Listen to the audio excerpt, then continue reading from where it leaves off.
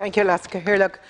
Minister, have you done a risk assessment for the provision of respite in the instances where the residents in the respite centre have been vaccinated, all of the staff have been vaccinated, and those who are seeking respite have been vaccinated as well? Have you done a risk assessment?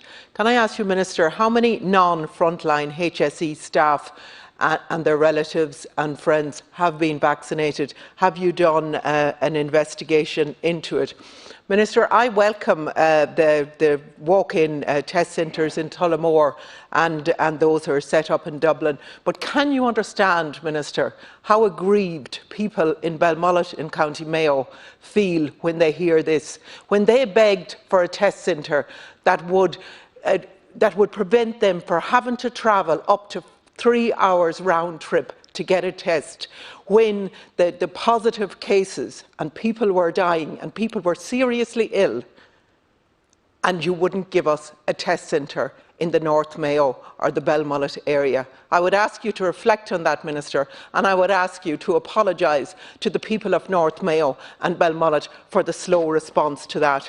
Minister, I want to ask you to read for you here. I am an SNA in a primary school. Since we returned to the school, there has been none of the mass testing promised.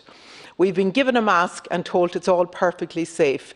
We had an outbreak of COVID in our school since last week. I've spent 2 20-minute breaks sitting at a table with staff member who tested positive for a COVID 1 day later. But according to the HSE, I am not a close contact. On Thursday, a staff member in the unit presented with COVID symptoms and asked to be tested. The HSE told her she was not a close contact. She did not need testing. She organised a test privately and it came back positive, so the unit was shut down. Minister, the Minister for Education won't take any responsibility for what's happening within schools. We all want schools to remain open. We desperately want them to remain open.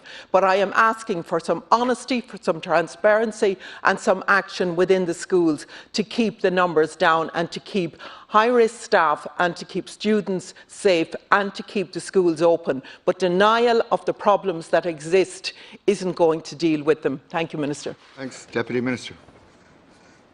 Minister Rabbitte.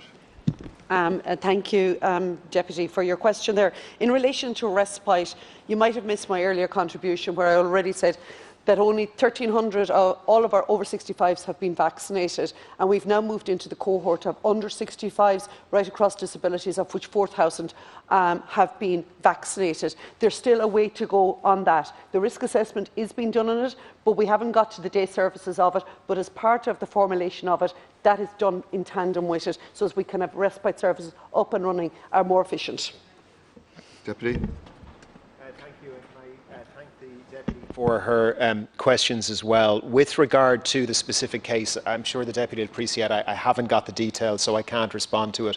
What I can say is that the safety of students and the safety of staff in our schools is of absolute paramount importance. And can I say to the Deputy, if she has a case and she is concerned about it, please come to me with that and we will have it looked into. Because if there are learnings to be had, and there are always learnings to be had, let me know. I'll feed them into the system, because we must have the best possible protections in place for our teachers and for our students. So thank you. Thanks,